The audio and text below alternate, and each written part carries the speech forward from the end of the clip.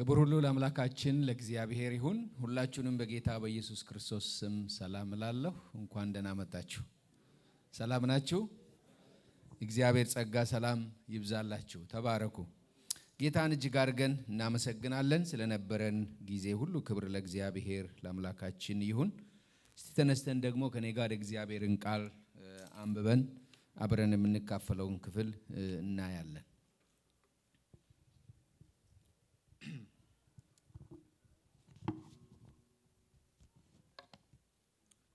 መጽሐፍ ቅዱስ ላይ አንድ ሁለት ሶስት ቦታ ብቻ አጠራጠራ ያሉ ክፍሎች ስለሆኑ እነሱን አነባለሁ። የመጀመሪያው ዘጸአት ምዕራፍ 5 ቁጥር 1 ላይ ያለውን ክፍል አነባለሁ። እንደዚህ ይላል። ከዚህ በኋላ ሙሴና አሮን መጥተው ፈርዖንን እንዲህ አሉት፣ የእስራኤል አምላክ እግዚአብሔር እንዲህ ይላል፣ በምድረ በዳ በዓል ያደርግልኝ ዘንድ ሕዝቤን ልቀቅ። ክብር ለእግዚአብሔር ይሁን። ከዚህም በኋላ ሙሴና አሮን መጥተው ፈርዖንን እንዲህ አሉት፣ የእስራኤል አምላክ እግዚአብሔር እንዲህ ይላል፣ በምድረ በዳ በዓል ያደርግልኝ ዘንድ ሕዝቤን ምን አድርግ? ልቀቅ። ኢሳይያስ 6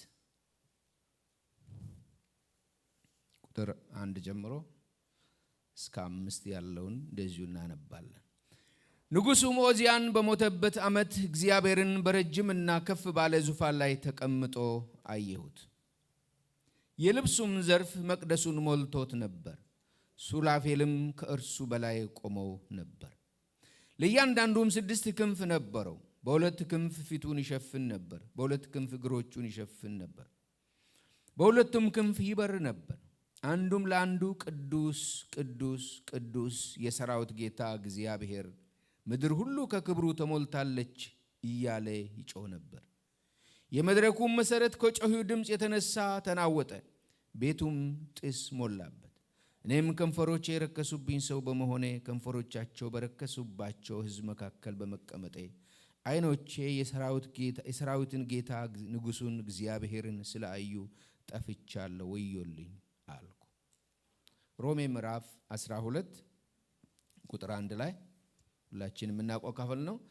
እንግዲህ ወንድሞች ሆይ ሰውነታችሁ እግዚአብሔርን ደስ የሚያሰኝ ሕያው ቅዱስ መስዋዕት አድርጋችሁ ታቀርቡ ዘንድ በእግዚአብሔር ርኅራኄ እለምናችኋለሁ። እርሱም ለአእምሮ የሚመች አገልግሎታችሁ ነው። ሃሌሉያ። እንግዲህ ወንድሞች ሆይ ሰውነታችሁን እግዚአብሔርን ደስ የሚያሰኝና ሕያው ቅዱስም መስዋዕት አድርጋችሁ ታቀርቡ ዘንድ በእግዚአብሔር ርኅራኄ እለምናችኋለሁ። እርሱም ለአእምሮ የሚመች አገልግሎታችሁ ነው ይላል። ክብር ለአምላካችን ለእግዚአብሔር ይሁን። እስቲ እንጸልያለን። እግዚአብሔር በዚህ ማለዳ በዚህ ቃል እንዲናገረን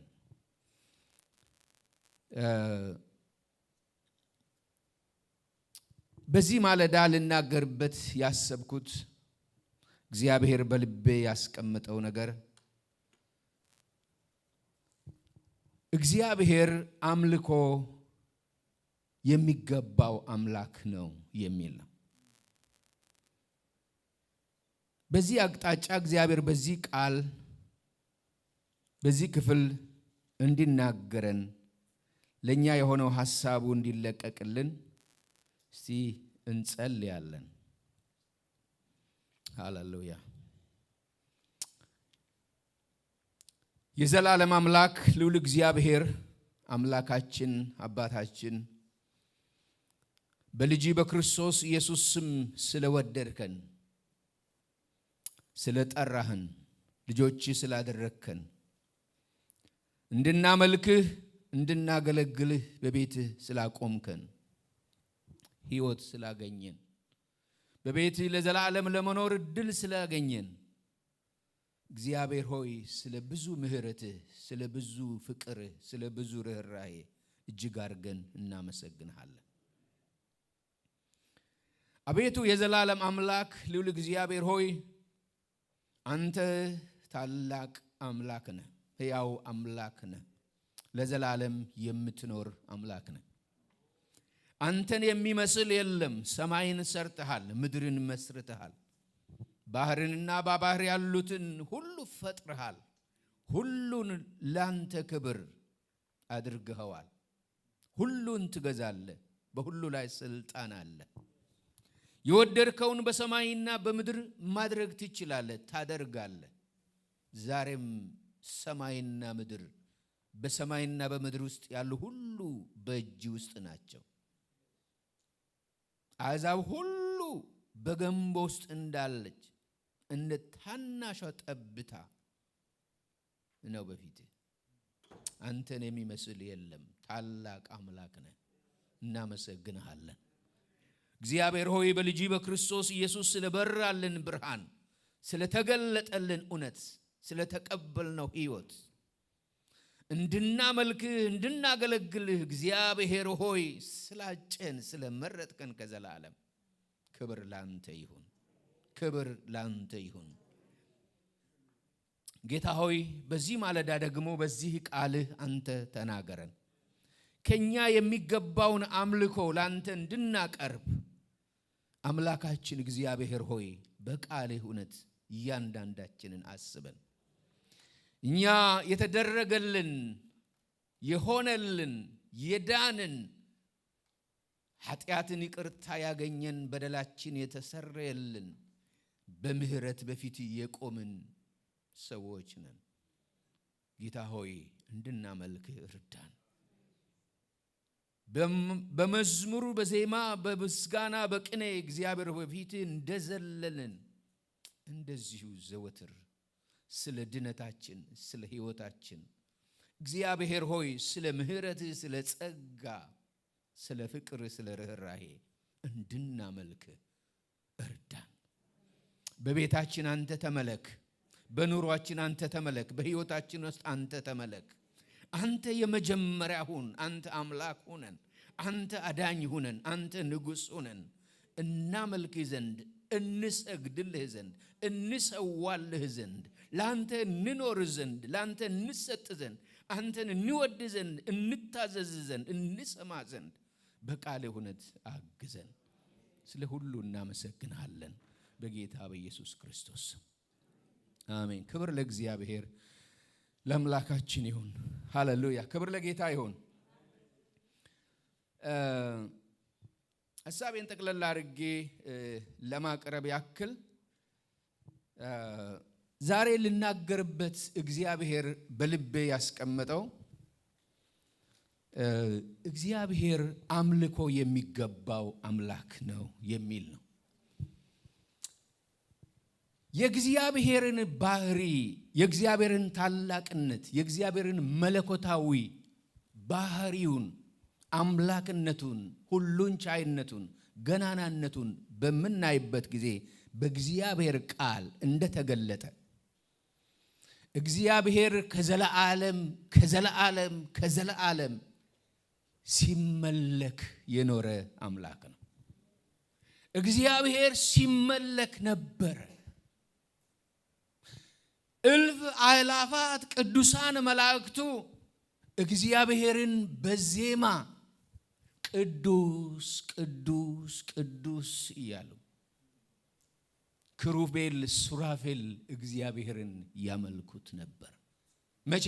ከዘላለም ጀምሮ። ክብር ለእግዚአብሔር ይሁን። ስለዚህ እግዚአብሔር አምልኮ የተገባው አምላክ ነው። አምልኮ የሚፈልግ አምልኮ የሚፈቅድ አምላክ ነው። ኢሳይያስ ምዕራፍ 6 ላይ እንዳነበብነው እግዚአብሔር ኦዚያን በሞተበት ዓመት እግዚአብሔርን ከፍ ባለ ዙፋን ላይ ቁጭ ብሎ አየሁት ይልና በዚያ ለእግዚአብሔር የሚቀርበውን የአምልኮ መስዋዕት ኢሳይያስ ይናገራል። ቅዱስ ቅዱስ እያሉ ፊታቸውን እየሸፈኑ እግራቸውን እየሸፈኑ በእግዚአብሔር ፊት እንዴት እግዚአብሔርን እንደሚያመልኩ እነሱን ሲያይ ደነገጠ። ራሱን አየ። ደካማ መሆኑን አየ። ኃጢአተኛ መሆኑን አየ። ስለዚህ እግዚአብሔር ከዘላለም በፊት የሚመለክ የነበረ ሲመለክ የኖረ አምልኮ ሲቀበል የኖረ አምላካችን አሜን ሃሌሉያ። ይህ አምላክ እግዚአብሔር በአንድ ወቅት ወደ ፍጥረት ሲመጣ እናያለን። እግዚአብሔር ፍጥረትን ሲፈጥር እናያለን። በአንድ ወቅት እግዚአብሔር ፍጥረትን ሲፈጥር እናያለን። በሰማይን ሲፈጥር ምድርን ሲፈጥር በሰማይ በምድር ያሉትን ሁሉ ሲፈጥር ሁሉ መልካም እንደሆኑ ለእርሱ ክብር እንደፈጠራቸው እንደሰራቸው የእግዚአብሔር ቃል ዘፍጥረት ምዕራፍ 1:2 ላይ ይነግራል። ስለዚህ እነዚህን ሁሉ ለምን ለክብር ፈጥሬያቸዋለሁ ይላል። የእጁ ስራዎች እንደሆኑ የእግዚአብሔር ቃል ይነግረናል። ከዛ ሰውን ፈጠረ ይላል እግዚአብሔር። ለምንድነው ሰውን የፈጠረው ስንል እግዚአብሔርን እያመለከ እግዚአብሔርን እያከበረ ለዘላለም ከእግዚአብሔር ጋር እንዲኖር በራሱ አምሳል በራሱ መልክ የሕይወቱን እስትንፋስ አካፍሎት ስፍራ ሰጥቶ በገነት አስቀመጠው። ስለዚህ ይህን ሰው አዳምና ሔዋን እግዚአብሔርን ማምለክ ጀመሩ። እግዚአብሔር ወደ እነሱ ይመጣ ነበር። እግዚአብሔር ድምጽ ይሰሙ ነበር።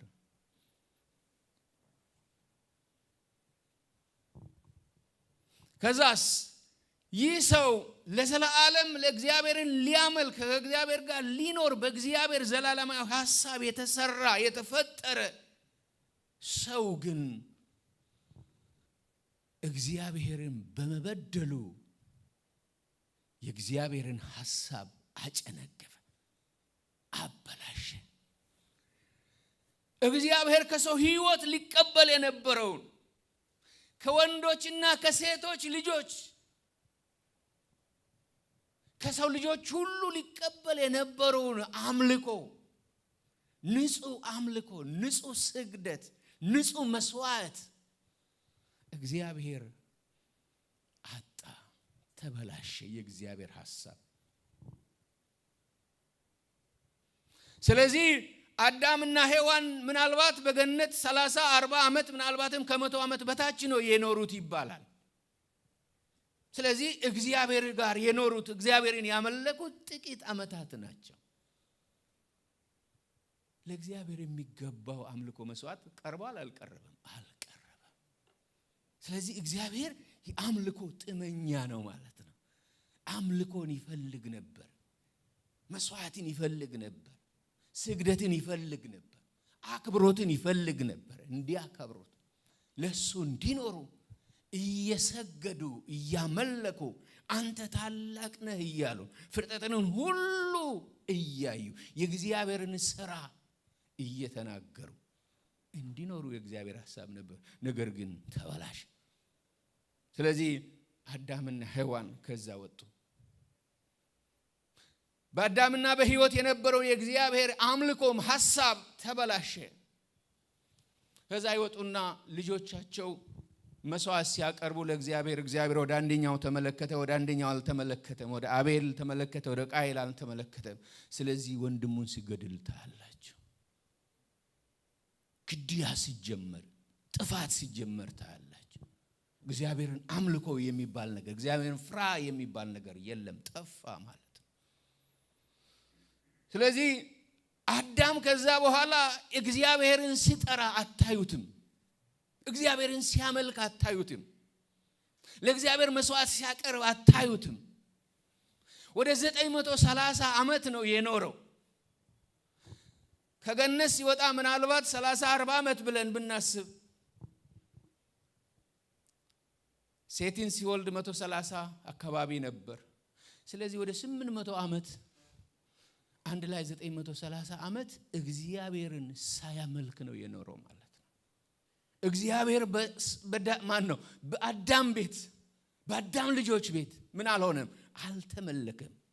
አምልኮ አልተቀበለም። መስዋዕት አልተቀበለም።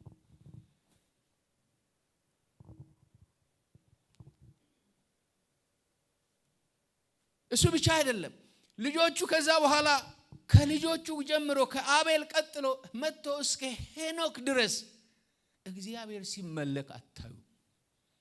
እግዚአብሔርን የሚፈራ ሰው አታዩ። እግዚአብሔርን የሚፈልግ ሰው አታዩ። ይመጣና የእግዚአብሔር ቃል ዘፍጥረት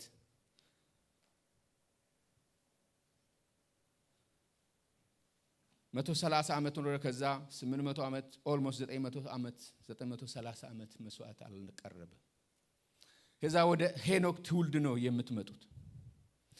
ሄኖክ እድሜው 65 ዓመት በሆነ ጊዜ ከዛም 300 ዓመት ልጁን ወለደ። 300 ዓመት ኖረ። ከዛስ እግዚአብሔርን 365 ዓመት ተከተለው። አካሄዱን ከእግዚአብሔር ጋር አደረገ። እግዚአብሔርን ፈለገ። እግዚአብሔርን ፈራ። በጽድቅ ኖረ። ተጠነቀቀ። ስለዚህ እግዚአብሔር በምድር ከሚኖሩ መካከል ማንን አገኘ? ሄኖክን አገኘ። ስለዚህ ይህንን ሰው ወሰደው።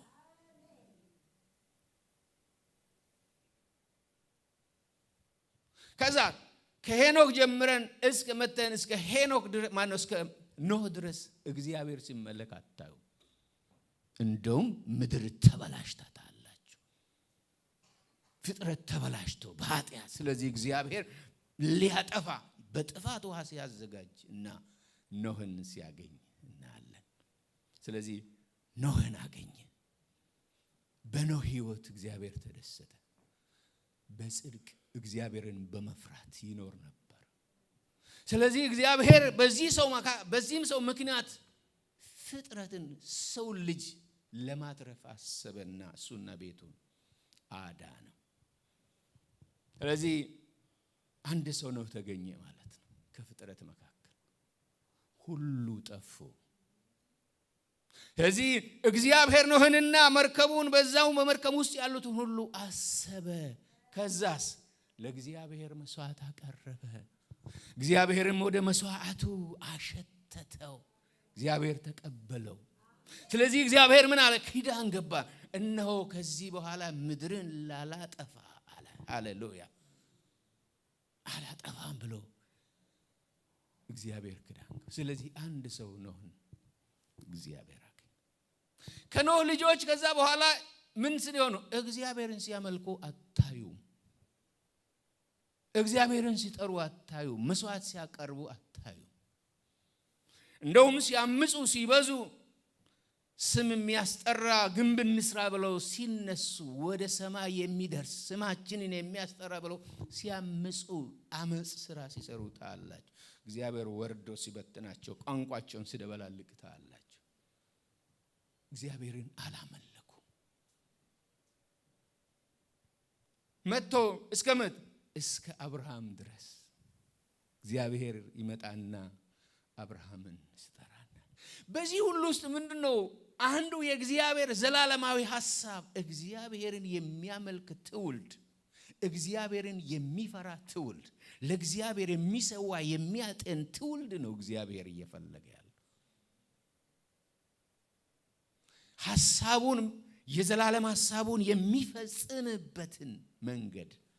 ስለዚህ ወደ አብርሃም ሲመጣ አብርሃምን ከኡር ምድር አውጥተው እኔ ወደማሳይ ምድር ውጣ ብሎ እግዚአብሔር ለአብርሃም ራሱን ሲገልጥ ከዛ አብርሃም ለእግዚአብሔር መስዋዕት ሲያቀርብ ለእግዚአብሔር ሲያጤን በየደረሰበት ሁሉ አብርሃም እግዚአብሔርን በመስዋዕት ያከብራል፣ ያመልካል፣ መስዋዕት ያቀርባል፣ መሰዊያ ይሰራል። በደረሰበት ሁሉ በእግዚአብሔር ቃል ውስጥ በዚህ መጽሐፍ ውስጥ እንደምናየው እንደ አብርሃም እግዚአብሔርን ያመለከ ሰው አታገኙ። በደረሰበት ሁሉ እግዚአብሔርን የሚፈራ፣ እግዚአብሔርን የሚያመልክ፣ ለእግዚአብሔር መሰዊያ የሚሰራ፣ አምልኮ ስግደት ለእግዚአብሔር የሚያቀርብ አብርሃምን አገኘ። ሃሌሉያ። እግዚአብሔር ያገኘን። አሜን። ከዛ የአብርሃም ልጅ ይስሐቅን እናለ ይስሐቅ ብዙም የእንትን ሰው አይደለም በአባቱ በረከት የኖረ ሰው ነው አንድ ጊዜ ሁለት ጊዜ ብቻ ነው እግዚአብሔርን ስም የሚጠራው ስታዩት አንድ ጊዜ ሚስቱ መካን ስለነበረች እግዚአብሔር ልጅ እንዲሰጣት ጸለየ ይላል ሁለተኛ የጌራራ ሰዎች ስላስቸገሩት ሲለፈራ በዛ እግዚአብሔር ተገልጦ አትፍራ ሲለው መሰዊያ ያሰራ ይላል ከዛ ውጪ አታዩትም እግዚአብሔርን ሲያመልክ ከዛ ወደ ያዕቆብ እንመጣለን ያዕቆብም ብዙ አይደለም እግዚአብሔርን አንድ ሁለት ጊዜ እግዚአብሔር ተገልጦለታል ወደ አጎቱ ቤት ሲሄድና ከዛ ሲመለስ ወደ ቤተሉጣና መሰዊያ ስራ ለተገለጠልህ ለእግዚአብሔር መሰዊያ ምን አድርግ በሄድኩበት ሁሉ ከኔ ጋር ለነበረ ዘፍጥረት 35 ለእግዚአብሔር መሰዊያን እሰራለሁ አድርጋለሁ እግዚአብሔርን አመለከ ከዛስ የያዕቆብ ልጆች እግዚአብሔርን አላመለኩ አመፀኞች ነበሩ ወንድማቸውን የሚገድሉ ወንድማቸውን አሳልፈው የሚሸጡ ከዛስ ከዛ ጊዜ ጀምሮ የእስራኤል ልጆች የያዕቆብ ልጆች ወደ ግብጽ ወርዶ ግብጽ ውስጥ 430 ምናምን አመት እስኪሆናቸው ድረስ ለእግዚአብሔር የቀረበ መስዋዕት የለም እግዚአብሔር አልተመለከም እግዚአብሔር መስዋዕትን አላገኘ ስለዚህ እግዚአብሔር ምን አለ ወደ ሙሴ መጣና ወደዚህ ወደ እስራኤል ሕዝብ ወደ አብርሃም አምላክ የያዕቆብ አምላክ ነኝ የይስሐቅ አምላክ ነኝ ስለዚህ ሂድ ወደ እነዚህ ሕዝቦች ምን አደርጋቸው ሕዝቤን ልቀቅ ይልሃል ብለህ ለፈርዖን ተናገር ለምን ያመልከኝ ዘንድ ያገለግለኝ ዘንድ በምድረ በዳ ይሰዋልኝ ያጤንልኝ ዘንድ ሕዝቤን ልቀቅ ይልሃል እግዚአብሔር ሃሌሉያ ስለዚህ ምንድነው ዓላማው አንዱ እግዚአብሔርን እንዲያመልኩ ስንት አመት እግዚአብሔርን አላመለኩ 400 ምናምን አመት ያዕቆብ ወደ ግብጽ ከወረደበት በኋላ እግዚአብሔርን አላመለኩም እግዚአብሔር እንደ ማህበረሰብ እንደ ቤተሰብ አላመለኩትም እንደ ግለሰብ ሰዎች ሊያመልኩ ይችላል አልተመለከም ስለዚህ እግዚአብሔር በሙሴ በኩል ምን አደረጋቸው ከግብጽ ምድር አወጣቸው እዛ በምድረ በዳ አምልኮ ተጀመረ መስዋዕት ተጀመረ ግን አልቆየም ብዙ አልቆየም በእግዚአብሔር ላይ ሲያምፁ ታያላችሁ ሲያጉረመርሙ ታያላችሁ የራሳቸውን ጣዖት ሲያቆሙ ታያላችሁ ወደ ግብጽ መመለስ ሲመኙ ታያላችሁ የእግዚአብሔርን እጅ የእግዚአብሔርን ኪዳን ማን ነው የእግዚአብሔርን ክብር የእግዚአብሔርን የማዳን ኃይል ሲክዱ ታያላችሁ እና እንደሚገባው እግዚአብሔርን አላመለኩ ጣዖት አቆሙ ጥጃ አሰሩ ከዛ ወደ ከነዓን ገቡ በከነዓንም ዘ ሴም ቲንግ ነው የሆነ በዛ ምድር ለእግዚአብሔር የሚገባውን ነገር አልሰውም አልሰጡም ከመቼ ጀምሮ ከዛ ዮርዳኖስን ተሻግረው መቼ ኢያሪኮ ከገቡበት ሰዓት ጀምሮ ለእግዚአብሔር የሚገባውን የቅድሚያ መስዋዕት አምልኮ አላቀረቡ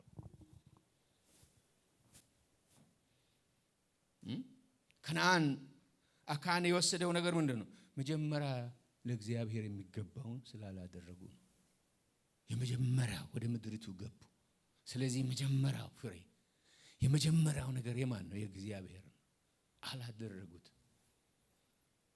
ከዛ ኢያሱ በኖረባቸው በዛ አመት እግዚአብሔርን በደሉ እግዚአብሔርን አሳዘኑ ስለዚህ ኢያሱ እንደዚህ አላቸው እናንተ ዛሬ ስሙ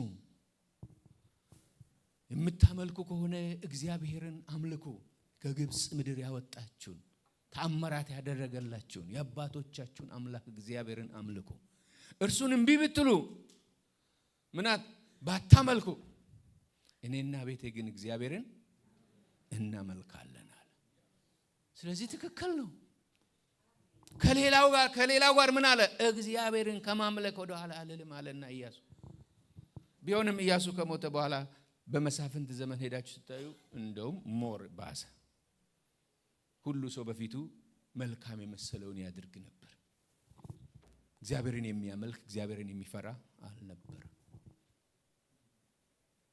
ጣዖታትን አቁሙ ነበር እግዚአብሔርን ተውት ስለዚህ እግዚአብሔር አልተመለከም። ተመልከቱ እንግዲህ የእግዚአብሔር ዘላለማዊ ሐሳብ እንዲያመልኩት ነው። ያውም ከዛ መካከል አንድ ሕዝብ ለራሱ መረጠ፣ እስራኤልን። የኔ ነው አለ። አንተ ምን ነህ? በኩሬ ነህ፣ የኔ ነህ፣ ታመልከኛለህ፣ ታገለግለኛለህ፣ ካህን ትሆነኛለህ፣ መስዋዕት ታቀርብልኛለህ ብሎ የመረጠው ያ ወገን እግዚአብሔርን አላመለከም። ስለዚህ እግዚአብሔር አልተቀበለም፣ አላገኘም። ከዛ በነቢያትም ዘመን በመሳፍንትም ዘመን ሄደን በምናይበት ጊዜ እስራኤል እያመፀች ነው የኖረችው። ጥቂት እግዚአብሔር ሰዎችን አስነስተው ጥቂት እግዚአብሔርን ቢያመልኩም ግን ፍጹም አልነበረም አምልኳቸው፣ መስዋዕታቸው ፍጹም አልነበረም። ስለዚህ በመጨረሻ ጠቅለል አድርገን ስናይ በነቢያትም ዘመን እግዚአብሔር ቢናገራቸው ነቢያት አስነስተው ቢልክላቸውም አልሰሙትም፣ አላመለኩትም። ካህናቱም ሕዝቡም ችግር ነበራቸው። ስለዚህ እግዚአብሔርን አላመለኩም፣ አልሰገዱለትም፣ አላጤኑለትም እንደሚገባ። ስለዚህ መተን ከነቢያት በኋላ በዳዊት ዘመን እግዚአብሔር ጥቂት ተመልኳል፣ ለእግዚአብሔር መስዋዕት ቀርቧል። እግዚአብሔር ዳዊትን አስነስቶ ተወሰነ ዓመታት እግዚአብሔር ተመልኳል ወይ ደግሞ መስዋዕት ተቀብሏል። ዳዊት እግዚአብሔርን የሚፈልግ ልብ ነበረው፣ እግዚአብሔርን የሚፈራ ሰው ነበር። ከዛ ልጆቹ ግን እግዚአብሔርን አልፈሩም። ቤተ መቅደሱን ቢኖር በቤተ መቅደሱ እግዚአብሔር አልከበረም። ስለዚህ ለምርኮ ታልፈው ተሰጡ፣ ተበተኑ በምድር ሁሉ ላይ። በዛ መቅደስ እግዚአብሔር ሊያመልኩ አልቻሉ፣ ሊያቀርቡለት መስዋዕት አልቻሉ። ስለዚህ እግዚአብሔር ከሕዝቡ የጠበቀውን አምልኮ መስዋዕት አላገኘም። ከምርኮም ተመልሰው ቤተ መቅደስ ቢሰራም እንደሚገባ አላመ። ካህናቱ መስዋዕቱን ትተው ወደ የእርሻቸው ወደ የቤታቸው ሄዱ። በሆነ ጊዜ ሆኖ ብሎ እግዚአብሔር ቢመልሳቸውም ተመልሰው አላመለኩትም። እስከ መቼ? ጌታ ኢየሱስ ክርስቶስ ሲመጣ ወደ ቤተ መቅደስ ሲመጣ ቤተ መቅደሱ ምን ይመስል ነበር? ሸቃጮች መልቶበት ነበር ይላል። ነጋዴዎች መልቶበት ነበር። ቤቴ የጸሎት ቤት ይባላል የተባለው እናንተ የወንበዴዎች ቤት፣ የወንበዴዎች ዋሻ አደረጋችሁት። ምን መሆን ነበረበት? ቤቴ የጸሎት ቤት። ስለዚህ ጄነራል ጠቅለል ስናደርገው እግዚአብሔር ያሰበውን አምልኮ ከሰው ሕይወት ከመረጣቸው ከሕዝቡ አልተቀበለም፣ አላገኘም። በብሉይ ኪዳን ማለት ነው። ያመልከኝ ያገለግለኝ ዘንድ ልቀቅ ያለው ያ ሕዝብ እንኳን ወጥቶ እንደሚገባ እግዚአብሔርን እንዳላመለከ፣ እንዳልሰዋለት፣ እንዳላጤነለት እንመለከታለን። እርግጥ ነው የብሉይ ኪዳን አገልግሎት በምናይበት ጊዜ አንዱ የብሉይ ኪዳን አገልግሎት በሕግ በፊደላት የተጻፉ ነው። ስለዚህ በሰው ልብ ላይ አይደለም ያለው፣ በፊደል የተጻፈ ነው። ስለዚህ ሰውን የሚያግዝ ሰውን የሚረዳ ጸጋ የለውም። ያ ዲስፐንሴሽኑ ያ የእግዚአብሔር ኢኮኖሚ ነው፣ የእግዚአብሔር ጊዜ። ስለዚህ አንዱ ያ ነው። ሌላው አገልግሎቶቹ በክህነት ስለሆነ ሰዎች ስለነበሩ ካህናት ጉድለት ነበረባቸው፣ ፍጹም አልነበሩም ካህናቶቹ። መስዋዕቱም ደግሞ በነበረ በእንስሳት ደም ነበር። ስለዚህ ንጹህ እንስሳ ባለማቅረብ በእግዚአብሔር ፊት እናያለን። አንዳንድ ያንካሳውን፣ አንዱ አይኑ ያጠፋውን ንጹህ ያልሆነ መስዋዕት ለእግዚአብሔር ሲያቀርቡ ታያላችሁ። ስለዚህ ፍጹም አልነበረም፣ ፍጹም አልነበረም። እሱ ብቻ አይደለም፣ እግዚአብሔር የሚመለከው ስፍራ ነበረው። የእግዚአብሔር ቤት ያለበት፣ የእግዚአብሔር ታቦት ያለበት፣ መቅደሱ ያለበት። ስለዚህ ወይ ቤቴል ወይም በሴሎ ወይም በኢየሩሳሌም መሄድ ነበረባቸው። ለዛ ነው ያቺ ዮሐንስ ወንጌል ምዕራፍ 4 ላይ ያለችው ሳምራዊት ሴት እናንተኮ ሰው መስገድ ያለበት በኢየሩሳሌም ነው ትላላችሁ አለችው ጌታ ኢየሱስ። እኛ ግን አባቶቻችን በዚህ ተራራ ስለሰገዱ በዚህ ለእግዚአብሔር ተራራ ለእግዚአብሔር እንሰግዳለን ስትለው እውነት ልሻለሁ ለእግዚአብሔር በዚህ ተራራም በኢየሩሳሌም የማይሰገድበት ጊዜ ይመጣል አለ። ስለዚህ ስፍራ ነበር። ያም ራሱ አንድ እንትን ነው ማለት ነው ወገኖቼ ሆይ። ስለዚህ እግዚአብሔር ከመረጠው ህዝቡ ከጠራው ህዝቡ የራሴ ህዝብ ካለው መስዋዕት እንደሚገባ አልተቀበለም። ስለዚህ እግዚአብሔር ምንድነው ማለት ነው? አምልኮን መስዋዕትን ይፈልጋል። የሚገባው አምላክ ነው። ቅድም አንድ ነገር እነዚህ ሲያስመልኩን አንድ ነገር ነው ያስተዋልኩ። ክብር ለእግዚአብሔር ይሁን። እኛ ኢትዮጵያውያን ወደ 84 ቋንቋ 84 ብሔር ነው አይደለም የሚባለው? 84ቱ አይ ዶንት ኖ እዚህ መኖራችን አላውቅም። ግን በዚህ በ84 ቋንቋ እግዚአብሔር ምን ያደርጋል? ይመለካል። የእግዚአብሔር ስም ይጠራል። እግዚአብሔር ስም ከፍ ከፍ ይላል። ክብር ለእግዚአብሔር ይሁን። እግዚአብሔር በዓለም ሁሉ ላይ ሲበትነን በዓለም ሁሉ ላይ የእግዚአብሔርን ስም ምን አደርጋለን? እንጠራለን። እስራኤል ብቻ አይደለችም። ስለዚህ እግዚአብሔር ምን አለ? ከሩቅ አየ። እግዚአብሔር ከሩቅ አየ። እስራኤል አልታዘዘችም። እስራኤል አልተገዛችም። እስራኤል እግዚአብሔርን አላከበረችም። እግዚአብሔርን አላመለከችም። ስለዚህ እግዚአብሔር ህዝብን አየ። ህዝቡ ያልሆነውን አየ እግዚአብሔር። ወገኑ ያልሆነውን ህዝብ አየ እግዚአብሔር። ኪዳን የሌለውን ህዝብ አየ እግዚአብሔር። ተስፋ ቃል የሌለውን ህዝብ አየ እግዚአብሔር።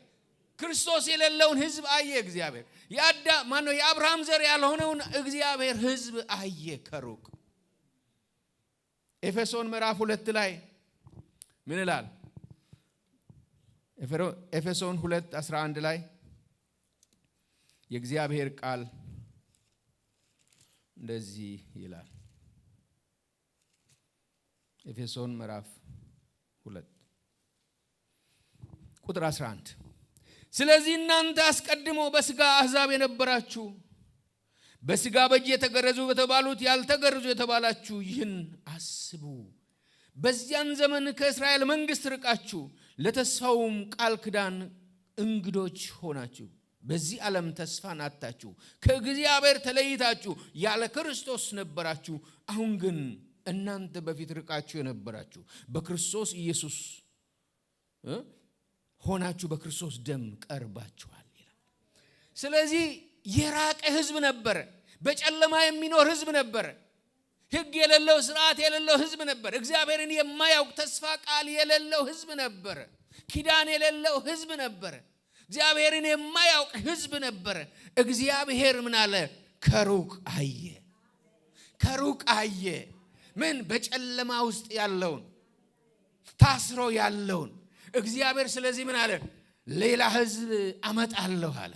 አንቺ እስራኤል ለኔ እንደሚገባ ባትኖሪ፣ እኔ እንደሚገባ ባታመልክ፣ ለኔ አምልኮ ባታመጪ፣ መስዋዕት ባታቀርብ፣ እነሆ ከሩቅ የሚመጡ ገና መስዋዕት የሚያቀርቡልኝ የሚያመልኩልኝ እኔ ምን አደርጋለሁ? አስነሳለሁ አለ። ሃሌሉያ! እኔ ቀናተኛ አምላክ ነኝ አለ። ስለዚህ ጳውሎስ በሮሜ ምዕራፍ 11 ላይ እንደዚህ ይላል። ክብር ለእግዚአብሔር ይሁን። አየ እግዚአብሔር አሕዛብን አየ ከሩቅ።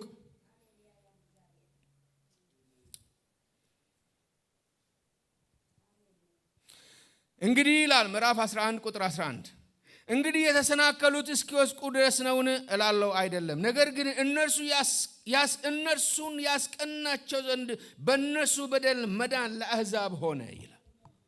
እግዚአብሔር እነሱን ያስቀናቸው ዘንድ መዳንን የእግዚአብሔር ሐሳብ በእነሱ በኩል ወደ አሕዛብ መምጣት ነበር። ወደ አሕዛብ ለመድረስ ነበር። አንድ ቋንቋ፣ አንድ ብሔር ነበሩ። አንድ ወገን ነበሩ። አንድ ህዝብ ነበሩ። ነገር ግን ለእግዚአብሔር ስላልኖሩ እግዚአብሔር ስንት ሺህ ህዝብ፣ ስንት ሺህ ወገን፣ ስንት ሺህ ብሔር፣ ስንት ሺህ ጎሳ ስንት ሺህ ዘር ምን አደረገ? ለራሱ ሊያመርጥ። ምን የሚያደርጉ? እግዚአብሔርን የሚያመልኩ። ምን ሊያደርግ? እነሱን ሊያስቀና። እግዚአብሔር ይሄንን አደረገ። ክብር ለእግዚአብሔር ይሁን። ክብር ለእግዚአብሔር። አመጨብጭቡ ለጌታ። ሃሌሉያ። ስለዚህ እኔና እናንተ ምንድነን? በእግዚአብሔር ዘላለማዊ እቅድ ለእግዚአብሔር ልንሰዋ፣ ለእግዚአብሔር ልናጤን፣ እግዚአብሔርን ልናመልክ፣ እግዚአብሔርን ልናገለግል ከሩቅ የተጠራን፣ ከጨለማ ውስጥ የተጠራን፣ ከሞት ጥላ የነበርን፣ እግዚአብሔርን የማናውቅ፣ ተስፋ ቃል ያልነበረን፣ ክርስቶስን የማናውቅ የነበርን ህዝቦችን እግዚአብሔር ከዚያ ምን አደረገ? በእግዚአብሔር ልጁ ወንጌል ምን አደረገ? ጠራን። ሃሌሉያ ሃሌሉያ። አመጣ። እናንተ የበረሃ ወይራ ነበር ካንተ ያለ አመጣ፣ ከሩቅ ጠራ። ምን ታደርገኛለህ? ታመልከኛለህ። ምን ታደርጋለህ? ታገለግለኛለህ። ምን ታደርጋለህ? ታጤንልኛለህ። ካህን ትሆነኛለህ። ህዝብ ትሆነኛለህ። ሃሌሉያ። ማደሪያ ትሆነኛለህ። ማረፊያ ትሆነኛለህ። ክብሬን ባንተ እገልጣለሁ አለና እግዚአብሔር ዞር አለ። ሃሌሉያ። እግዚአብሔርን አመስግኑ። አጨብጭቡና እግዚአብሔርን አመስግኑ። ስለ እግዚአብሔር ምርጫ፣ ስለ እግዚአብሔር ዘላለማዊ ሐሳብ እግዚአብሔርን አመስግኑ። ሃሌሉያ። ስለዚህ እግዚአብሔር ምን አደረገ? ልዩ ልዩ ቋንቋ የሚናገሩ፣ ልዩ ልዩ ካልቸር ያላቸው፣ ልዩ ልዩ ቀለም ያላቸው የተለያየ ህዝብ በምድር ሁሉ በዓለም ሁሉ ላይ ወዳሉ ሄደና ሊመለክ ፈለገ። ከዛኛው ዘር እየጠራ በወንጌል እየጠራ ጥቁሩን እየጠራ ነጩን፣ ብጫ ሁሉን እየጠራ ምን ያደርግ? ሊከብር፣ ሊመለክ። ስለዚህ ዛሬ በዓለም ሁሉ ላይ እግዚአብሔር ስሙ ይጠራል። መስዋዕትን ይቀበላል። አምልኮ ይቀበላል። ስግደትን ይቀበላል። ዛሬ እሁድ ነው አይደለም? ዛሬ በዓለም ሁሉ ላይ እግዚአብሔር በሰሜን፣ በምስራቅ፣ በምዕራብ፣ በዘመን፣ በደቡብ ሃሌሉያ ሲመለክ ነው የዋለው። ስሙ ሲጠራ ነበር። የተለያዩ ብሔሮች፣ የተለያዩ ዘሮች፣ የተለያዩ ቀለሞች እግዚአብሔርን ምን ያድር? ሲያመልኩት ነበረ፣ ሲያከብሩት ነበረ። እግዚአብሔር ቅናት ይህንን ያደርጋል። እግዚአብሔር ቅናት። ሃሌሉያ ሃሌሉያ። እኔና እናንተ በቅናት የተገኘን በእግዚአብሔር ቅናት የተገኘን እግዚአብሔር የጠራን፣ ሊከብርብን የጠራን፣ ሊሰራብን የጠራን፣ ልጆቹ ሊያደርገን የጠራን፣ ሃሌሉያ፣ ወደ መንግስቱ ወደ ቤቱ ያስገባን፣ ምህረት የተቀበልን፣ የኃጢአት ይቅርታ የተቀበልን፣ እግዚአብሔር በልጁ ደም የገዛን። ሃሌሉያ ሃሌሉያ። ለዛ ነው ጳውሎስ እንግዲህ አሁን በአሕዛብ መካከል በአይሁድ መካከል ልዩነት የለም አለ። ሃሌሉያ። ልዩነት የለም አለ። ሃሌሉያ። ሁላችን አብርሃም ልጆች ነን። በምን? በእምነት። ሃሌሉያ። የአብርሃም ልጆች ነን። የአብርሃም ምን ስራ እናደርጋለን? እግዚአብሔርን እናመልካለን። ክብር ለጌታ ለእግዚአብሔር ይሁን። ሃሌሉያ። ስለዚህ ምን እግዚአብሔር ይመስገን። ሃሌሉያ። ስለ መዝሙሮቻችን እግዚአብሔር ይመስገን። መዝሙርን የሰጠህ እግዚአብሔር ለአሕዛብ መዝሙርን የሰጠ እግዚአብሔርን ያመልኩ ዘንድ ለእግዚአብሔር ይዘምሩ ዘንድ ለእግዚአብሔር ይቀኙ ዘንድ ለእግዚአብሔር ይሰዉ ዘንድ ለአሕዛብ ራሱን የገለጠ እግዚአብሔር ስሙ የተባረከ ይሁን። ስለዚህ ለምንድን ነው ዓላማው? እግዚአብሔር አምልኮ ይፈልጋል። ሊመለክ ፈለገ። ሃሌሉያ ሃሌሉያ። እግዚአብሔር ይመለካል። አምልኮ የሚገባው ታላቅ አምላክ ነው። ሃሌሉያ። ስለዚህ ልናመልከው ይገባል፣ ልንሰግድለት ይገባል፣ ልናከብረው ይገባል። አንተ ንጉሥ ነህ ልንለው፣ አንተ ጌታ ነህ ልንለው፣ አንተ ፈዋሽ ነህ ልትለው፣ አንተ አዳኝ ነህ ልንለው፣ አንተ ንጉሥ ነህ፣ አንተ አምላኬ ነህ ልንለው ይገባል። ሃሌሉያ። እግዚአብሔርን አምልኩት ወገኖቼ። ያዳናችሁን አምልኩ፣ የደረሰላችሁን አምልኩ፣ ሞታችሁን የሻረውን አምልኩ፣ ኃጢአታችሁን ይቅር ያለውን አምልኩ፣ ሕይወት የሰጣችሁን አምልኩ፣ ወደ መንግስቱ ያስገባችሁን አምልኩ፣ የፈወሳችሁን አምልኩ፣ ሞታችሁን የሻረውን አምልኩ። ሃሌሉያ። አምልኩት ጌታን፣ አምልኩት በቤታችሁ፣ አምልኩት በሕይወታችሁ፣ አምልኩት። አገልግሉት። ሃሌሉያ። አገለግለዋለሁ በሉ። ያዳኘኝን ጌታ፣ የሰራልኝን፣ ሕይወት የሰጠኝን፣ ልጁ ያደረገልኝን ምን አደረግ? አመልካለሁ። እናመልከዋለን። ክብር ለጌታ። አጨብጭቡ ለጌታ። ሃሌሉያ። ደስ ይበላችሁ፣ ደስ ይበላችሁ፣ ደስ ይበላችሁ። ሃሌሉያ ሃሌሉያ። ስለዚህ ምንድን ነው ከነዚህ ሰዎች ሕይወት በምናይበት አምልኮ እግዚአብሔርን ማምለክ ማለት ምንድነው? በቃ ለእግዚአብሔር መኖር ነው። በጽድቅ መኖር ነው። እግዚአብሔርን መፍራት ነው። እግዚአብሔርን አምላኬ ነህ፣ ጌታዬ ነህ፣ እድል ፈንታዬ ነህ ብሎ ማለት ነው። አብርሃምን ተመልከቱ። አብርሃም በዘመኑ ሁሉ እግዚአብሔርን አመለከ፣ ለእግዚአብሔር ኖረ። ኖህን ተመልከቱ። ኖህ በእግዚአብሔር ፊት ጻድቅ ነበር። በጽድቅ በኃጢአተኛው ዓለም መካከል በጽድቅ ይመላለስ ነበር። ሄኖክ ምን አደረገ? አካሄዱን ከእግዚአብሔር ጋር አደረገ። እግዚአብሔር ወሰደው አልታይ። ስለዚህ እነዚህ የአባቶች ምሳሌ ዛሬ ለኔና ለእናንተ ምሳሌ ነው። ክብር ለጌታ ይሁን። እግዚአብሔርን ልናመልከው ይገባል፣ ልንታዘዘው ይገባል፣ ልንፈራው ይገባል፣ ልንቀደስለት ይገባል፣ ልናመልከው ይገባል። ሃሌሉያ። ስለዚህ ምን ይላል ሮሜ ምዕራፍ 12? እንግዲህ ወንድሞች ሆይ ሰውነታችሁ እግዚአብሔርን ደስ የሚያሰኝና ሕያው ቅዱስ መስዋዕት አድርጋችሁ ታቀርቡ ዘንድ በእግዚአብሔር ርኅራኄ እለምናችኋለሁ። እንግዲህ ወንድሞች ሆይ ሰውነታችሁ የማን አይደለም? የናንተ አይደለም፣ የእግዚአብሔር ነው። ለእግዚአብሔር አቅርቡ። እግዚአብሔር በእናንተ ሰውነት ምን ያደርጋል? ይከብራል። በእናንተ ሰውነት መስዋዕት ይቀበላል። ሃሌሉያ። ምን አይነት ሕያው መስዋዕት? የእንስሳ መስዋዕት አይደለም፣ ሕያው መስዋዕት። ራስን ምን አድርግ? አቅርብ። በህይወት ውስጥ፣ በነፍስ ውስጥ፣ በቤት ውስጥ፣ በፈቃድ ውስጥ እግዚአብሔር ምን አለ? ሊመለክ ይፈልጋል፣ ሊከብር ይፈልጋል፣ ከፍ ሊል ይፈልጋል። ሃሌሉያ። ሊነግስ ይፈልጋል፣ ሊከብር ይፈልጋል። ምን አድርገው? በህይወት ምን አድርገው? አክብረው። ራስን ለእግዚአብሔር መስዋዕት፣ ሕያው መስዋዕት አድርገህ አቅርብ። አንተ የራስህ አይደለህም። ምን አድርገዋል? ዋጅተዋል። ምን አድርገዋል? ገዝተዋል። ምን አድርገዋል? እግዚአብሔር ነህ። ሃሌሉያ። ስለዚህ እግዚአብሔር ቀድሞ በቤተ መቅደስ ይኖር ነበር፣ በቤተ መቅደስ ያድር ነበር፣ በምድረ በዳ ከነሱ ጋር ወክ ያደርግ ነበር። አሁን ግን በአንተ ውስጥ አለ። አንተ የመንፈሱ ማደሪያ ነህ። ስለዚህ ሕያው መስዋዕት ለጌታ አቅርብ። ምን አድርግ? እንደ አብርሃም እግዚአብሔርን አምልክ። መሠዊያ ዘወትር እሳቱ አይጥፋ። ሁሌ መሠዊያ ሕያው ይሁን። ሁሌ መስዋዕትን የምታቀርብ ሁን። ሁሌ የምታመሰግን፣ ሁሌ የምታመልክ ሁን። ሁሌ የምትሰግድ ሁን። ሁሌ የምትሰጠው አታጣ። ሁሌ የምትሰዋው አታጣ። ሁሌ የምትናገረው፣ ሁሌ የምታመሰግነው አታጣ። ምስጋና ከአፍ አይጥፋ፣ እልልታ ከአፍ አይጥፋ። ሃሌሉያ። ምን አለ? እግዚአብሔርን አመስግን፣ እግዚአብሔርን አምልክ፣ ለእግዚአብሔር ምን ስገድ። እንደ ሄኖክ ደግሞ አካሄድን ምን አድርገው? ከጌታ ጋር አድርገው። ፈቃዱን ፈልግ፣ ሐሳቡን ፈልግ፣ ሕጉን ፈልግ፣ ትእዛዙን ፈልግ። ሃሌሉያ። በዛ ነው። እንደ ኖህ ደግሞ በጽድቅ ተመላለስ፣ በቅድስና ተመላለስ። እግዚአብሔርን ፍራ። ሰዎች ባይፈሩ፣ ሰዎች ቢበድሉ፣ ሰዎች ቢረክሱ አብረ ምን አትበድል፣ አብረ አትርከስ። ከአመፃ ራቅ፣ ከክፋት ራቅ፣ እግዚአብሔርን ከመበደል ራቅ። ምን አለ? በጽድቅ ኑር፣ በጽድቅ ተመላለስ። ክብር ለእግዚአብሔር። ሃሌሉያ። ኢየሱስ ጌታ ነው። ስለዚህ እኛ በክርስቶስ ኢየሱስ የተጠራን የአዲስ ኪዳን ልጆች፣ የአዲስ ኪዳን ህዝቦች፣ በክርስቶስ ደም የተዋጀን የእግዚአብሔር ህዝቦች እንዴት ነው እግዚአብሔር የምናመልከው?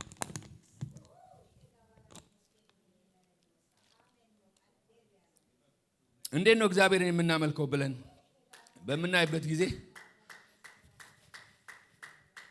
በተሰጠን ህይወት፣ ባገኘነው ህይወት ዘወትር እግዚአብሔርን ማምለክ። ድናችኋል፣ እግዚአብሔርን አምልኩ። እግዚአብሔር ኃጢአታችሁን ይቅር ብሏል፣ ሞታችሁን ሽሯል።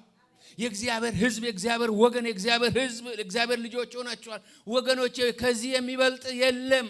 ቅድም እንደዘመርነው ከድነታችን የሚበልጥ የለም፣ ከመታረቃችን የሚበልጥ የለም። አቤቱ ኃጢአት የሌለበት እግዚአብሔር በደልን የማይቆርጥበት እርሱ ምንድነው? ብሩክ ነው። ሃሌሉያ። ኃጢአት ምን አረ ተወግዷል። ስለዚህ ምን አድርግ? በህይወትህ እግዚአብሔርን አምልከው። ሳንቆጠብ፣ ሳንሰስት እግዚአብሔር ምን አድርግ? በሙሉ ኃይላችን በሙሉ አቅማችን እግዚአብሔርን እናምልከው። እግዚአብሔርን ምን አድርግ? እናምልከው። ለምን? ምስጋና ለሱ ይገባል። አቅርቡለት። ከቤታችሁ ምስጋና፣ ከህይወታችሁ ምስጋና፣ ከኑሯችሁ ምስጋና። መዝሙር ይውጣ፣ ዝማሬ ይውጣ፣ እልልታ ይውጣ። ቅድም እንዳለ ማግረምረም ከህይወታችሁ ይጥፋ። እግዚአብሔር ምን አድርጉ? አምልኮ። እግዚአብሔርን አመስግኑ። ሃሌሉያ። ነገር አልሞላም፣ ጥያቄ አለ፣ እሱን ተውት። ግን ያዳናችሁን ጌታ ከፍ አድርጉት። እግዚአብሔር በቤታችሁ መስዋዕቱን ይቀበል። እግዚአብሔር በቤታችሁ ስግደትን ይቀበል። ከፍ ይበል እግዚአብሔር። ስለዚህ ለሱ የሚገባውን አምልኮ፣ ለሱ የሚገባውን ዝማሬ ቅዱስ ነህና፣ ቅዱስ ቅዱስ ነህና፣ ሁሉን ቻይ ነህና፣ ጌታ ነህና እያለን ለሱ ለታላቅነቱ የሚገባውን አምልኮ፣ መዝሙር፣ ዝማሬ ለሱ አቅርብ። መዝሙሮቻችን ለሱ ናቸው። ዝማሬዎቻችን ለሱ ናቸው። ለሰው አይደሉም። ለሰው አይደሉም። በዚህ ዘመን ሰዎች ለሰው ይዘምራሉ። እንዴት ሰው ለሰው እንደሚዘምሩ ታውቃላችሁ? ድምጻቸውን ኦፔራ አይደለም። የኦፔራ ድምጽ ሰምታችሁ ታውቃላችሁ? እግዚአብሔርን በኦፔራ ድምጽ አናመልክም። በተሰጠን ድምጽ ዘኪ ጌታ ይባርክ። በተሰጠ ድምጽ በንጹህ ሃሌሉያ። እግዚአብሔር በሰጠ ድምጽ ምን አድርገ? አምልከው። አታስመስለው የሆነ ነገር። እግዚአብሔር አይደለም፣ ለሰው ነው እሱ። ኦፔራ ለሰው ነው፣ ለእግዚአብሔር አይደለም። ንጹህ አምልኮ፣ ንጹህ ስግደት። ዛሬ ሰውን ቁጭ ብድግ የሚያስብሉ ብዙ ትርኢት የሚያሳዩ ብዙ ሰዎች አሉ። ንጹህ አምልኮ ነው እግዚአብሔርም። ንጹህ ዝማሬ ነው የሚፈልገው ጌታ። ንጹህ መዝሙር ለጌታ ይሁንለት። ከቤታችን ከህይወታችን ይሁንለት። ሃሌሉያ። ለዛ ነው ኤፌሶን ምዕራፍ 5 ላይ ቁጥር 19 እንደዚህ ይላል።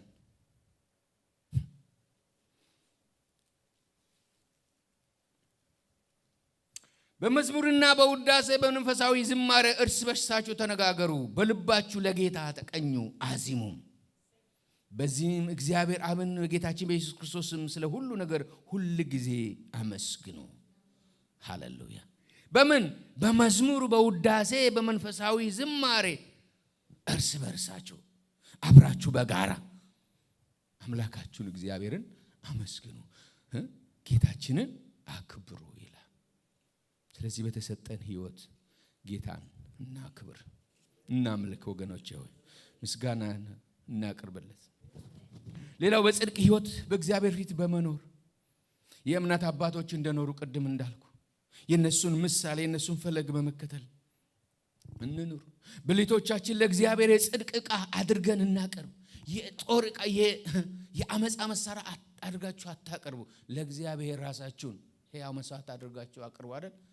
የጽድቅ እግዚአብሔር የሚከብርበት፣ እግዚአብሔር የሚሰራበት፣ እግዚአብሔር በቃ አድርጉና አቅርቡ።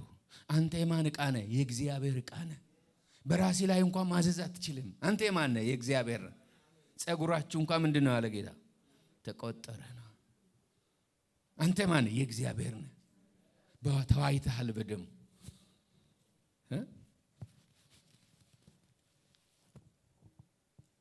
ስለዚህ በጽድቅ ኖር፣ በጽድቅ እግዚአብሔርን አምልክ።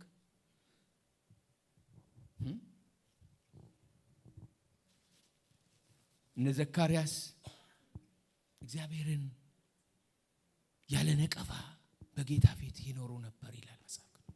ጌታን ያከብሩ ነበር፣ ያመልኩ ነበር፣ ያገለግሉ ነበር አለ ነቀፋ። እግዚአብሔር በጊዜው መጣላቸው።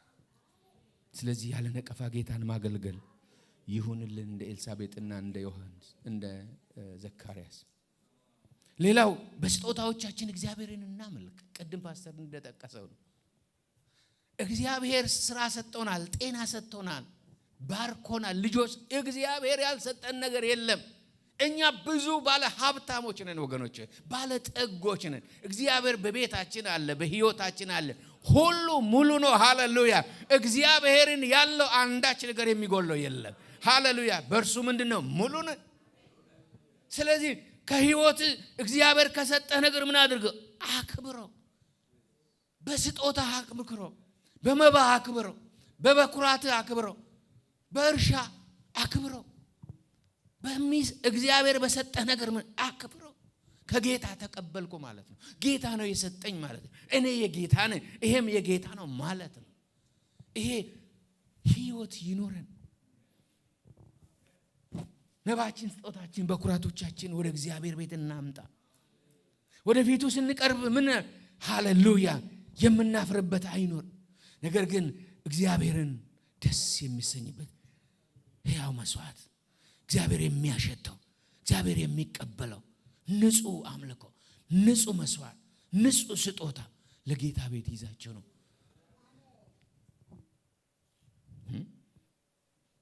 ለዛ ነው ከህዝቤ ስጦታን ምን አድርግልኝ? ተቀበልልኝ አለ። ሌላስ? በመልካም ስራዎቻችን እግዚአብሔርን እናምልክ።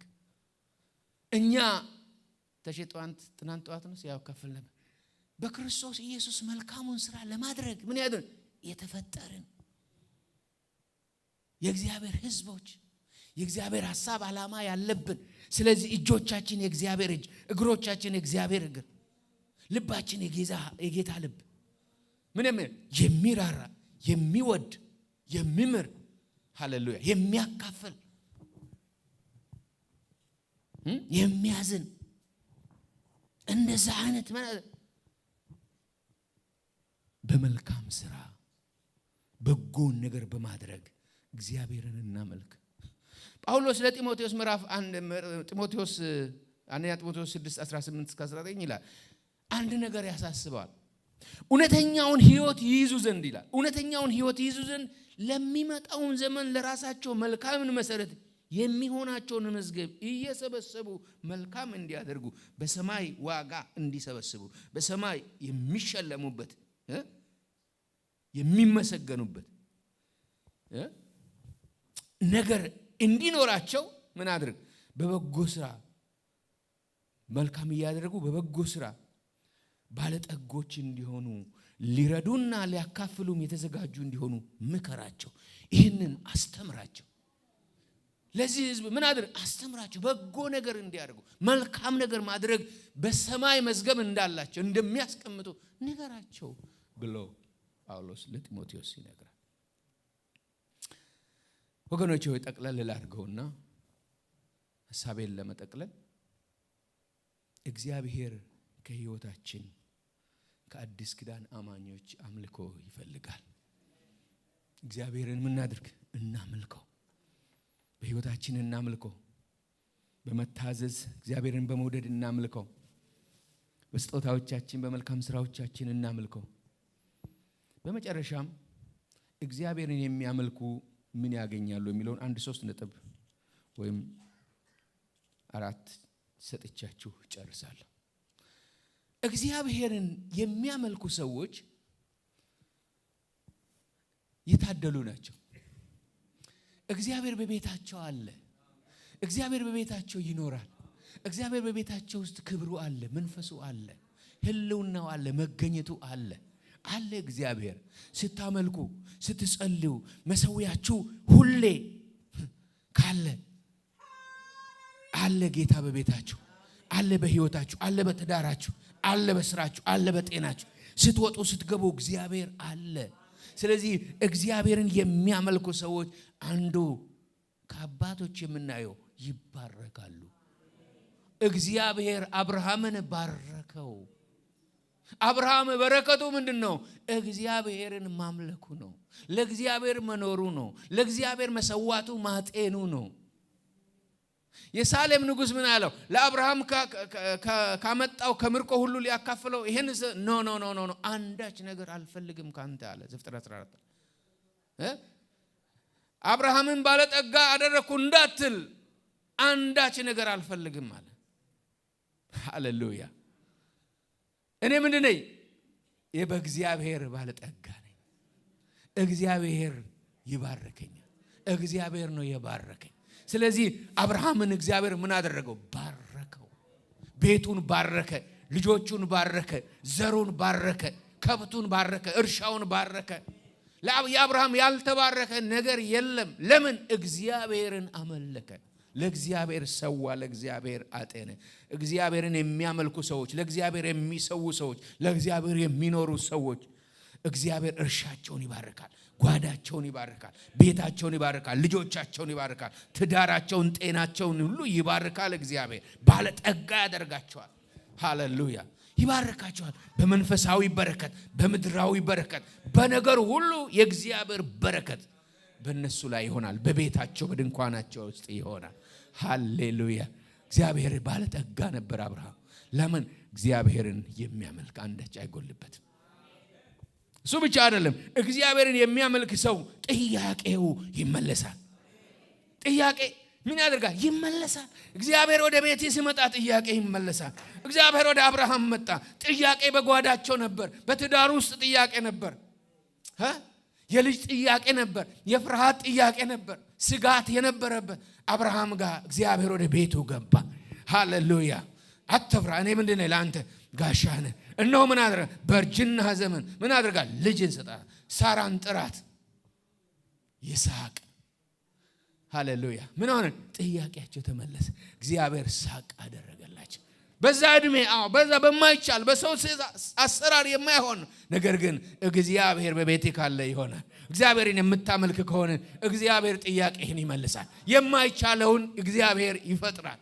የማይቻለው ነገር፣ የከበደው ነገር፣ ለሰው አእምሮ የማይመስለው ነገር እግዚአብሔር የምታመልክ ከሆነ፣ ለእግዚአብሔር የምትሰዋ ከሆነ፣ ለእግዚአብሔር የምትኖር ከሆነ እግዚአብሔር ማድረግ ይችላል። ያደርጋል። በቤት ያደርጋል፣ በትዳር ያደርጋል፣ በጤና ያደርጋል፣ በህይወት በልጆች ያደርጋል፣ በዘመንህ ያደርጋል። ሃሌሉያ! ያደርጋል። እግዚአብሔርን አምልኩ፣ እግዚአብሔር ስገዱ፣ ለእግዚአብሔር ሰው፣ ለእግዚአብሔር ኑሩ፣ ለእግዚአብሔር ተቀደሱ፣ እግዚአብሔርን ፍሩ። ምን ያደርጋል? እግዚአብሔር ጥያቄያችሁን ይመልሳል። እግዚአብሔርን እያመለከ በጥያቄ የኖረ በጥያቄ ወደ ሲኦል የወረደ የለም፣ ወደ መቃብር የሄደ የለም። ሐናና ሕልቃና እግዚአብሔርን በሴሎ ያመልኩ ነበር። ጥያቄ ነበራቸው። መካን ነበረች፣ ታለቅስ ነበር፣ እንባ ነበረባት። አትበላም፣ አትጠጣም፣ ጥያቄ አላት። ነገር ግን ምን ታደርጋለች? በየዓመቱ ወደ ሴሎ እየሄደች ሕያው አምላክ እግዚአብሔርን፣ የሰራዊት ጌታ እግዚአብሔርን ታመልክ ነበር። እግዚአብሔር ወደ ቤቷ መጣ። ሃሌሉያ! ጥያቄዋን አደረገ፣ መለሰ። ሃሌሉያ! ሃሌሉያ! ስለዚህ ምን አደረገች? መስዋዕት ይዛ ቀረበች። እግዚአብሔር አድርጎልኛል፣ እግዚአብሔር ልጅ ሰጥቶኛል። ስለዚህ ከምን ጋር? ከስጦታ ጋር፣ ከመስዋዕት ጋር ነው ወደ እግዚአብሔር ቤት የሚሄደው አለች። ልጇን ይዛ ስጦታ አድርጋ ይዛ ወደ እግዚአብሔር ቤት መጣች። እግዚአብሔርን የሚያመልኩ ወገኖች ሆይ ጥያቄያቸው ይመለሳል። ጥያቄያቸው ይመለሳል። ለምን? እኛ ድርሻችንን ስንወጣ እግዚአብሔር ድርሻውን ይሰራል። እኛ ድርሻችንን ስናወጣ አምልከኝ፣ እነ እህልህን ባርካለሁ፣ ውሃህን ባርካለሁ፣ እርሻህን ባርካለሁ፣ ከብትህን ርቢ ባርካለሁ። ለምን? አንተ ብቻ አምልከው፣ እግዚአብሔር ያደርጋል ጌታ። ስለዚህ ለእግዚአብሔር ስትኖሩ እግዚአብሔር ጥያቄያችሁን ይመልሳል። እሱ ብቻ አይደለም፣ እግዚአብሔርን የሚያመልኩ ሰዎች በጠላቶቻቸው ላይ ድል ያገኛሉ። ጠላቶቻቸውን እግዚአብሔር ይረታላቸዋል። እግዚአብሔር ድል ይሰጣቸዋል። አብርሃም ጦርነት ነበረበት፣ ሰልፍ ነበረበት። ነገር ግን ድሉ እግዚአብሔር ሰጠው። ምርኮ እግዚአብሔር ሰጠው። ጠላቶቹን አስገዛበት። ለጠላቶቹ ፊት ሞገስ ሰጠው። ሃሌሉያ! ክብር ለጌታ ይሁን። ጠላቶቹ ምን አደረገ? ትፈራለህ? አትፍራ፣ አትደንግጥ። እኔ ምንድነው? ለአንተ ጋሻ ነኝ። አትፍራ።